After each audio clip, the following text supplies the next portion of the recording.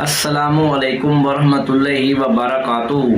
अल्लाह तबारक व तआला दे सोहने ते बाबरकत नाम तो शुरू करना जिहड़ा तमाम जहाना दा मालिक है। ते बेलियो ते सजनों तुसी मेरे यूट्यूब चैनल रैज़ा फर इकबाल ट्रिपल के वेख रहे हो तो मेरे चैनल नू सबसक्राइब भी करना है, लाइक भी करना है, ते बैल आइकन नू लाजमी दबा लेना है।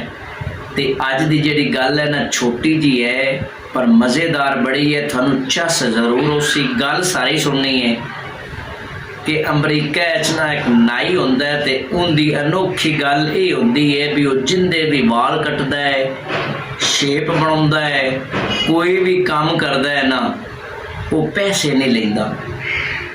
उनकी अनोखी ते वखरी गल ये होंदी है। ते एक दिन ना उस राजे ते नाई कोल ना एक बंदा होंदा है ते उनकी दुकान होंदी है फुल्लां दी ते गिफ्ट जिहड़े होंदे ने उन्हां दी उनकी दुकान होंदी है ते ओह हुंदा है उनदे तो वाल कटवाउण वास्ते। ते जदों हुंदा है वाल कटवाउंदा है ते वाल कटवा के ना ते पैसे पुछदा है, लेकिन वो जिहड़ा नाई ते राजा है ना वो आंदा है कि मैं पैसा एक भी नहीं लेना, मैं पैसे लेंदा ही नहीं, मैं तो खुदा तरसी करना लोगों दे फ्री विच वाल कटना।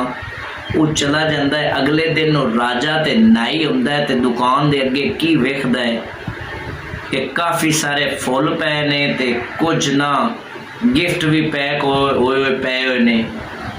उन्होंने समझ आ जाती भी जेडे कल बंदे दे ना वाल कट्टे सन उन्हें भिजवाए ने। ते अगले दिन ना उस राजे ते नाई कोल ना एक ना किताबां वाली दुकान वाला बंदा हुंदा है ते ओह उनदे तो वाल वगैरह कटवाउंदा है ते कटवा के ना ते जदों पैसे पुछदा है ना ते ओह राजा ते नाई आंदा है कि मैं फ्री विच काम करना, पैसे नहीं लेंदा।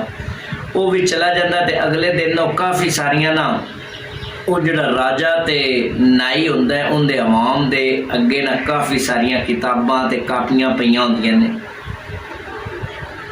ते अगले दिन एक और हुंदा है दुकान वाला, उनके कपड़ियां दा कारोबार हुंदा है ते उन नाई दे कोल हुंदा है ते उनदे तो ना वाल वगैरह बनवाउंदा है ते बनवा के ना ते वो भी पुछदा है ते राजा ते नाई उन्होंने आंदा है कि कोई चीज़ मैं पैसे वगैरह लेंदे नहीं, मैं फ्री विच करना।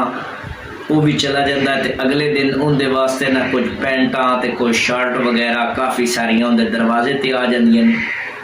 उनका कि एक दिन ना गलती दे नाल पाकिस्तानी चला जाता है ते उस नाई ते राजे दे कोलों ना अपने वाल कटवाउंदा है ते कोई होर जिहड़ा भी छोटा मोटा काम करवाउंदा है ते करवा के पैसे पुछदा है ना ते राजा आंदा है, नाई आंदा है पैसे को नहीं लैने, मैं फ्री विच काम करना। पाकिस्तानी बड़ा खुश होंदा है, निकल आउंदा है। ते अगले दिन की होंदा है, ये गल बड़ी गौर वाली है।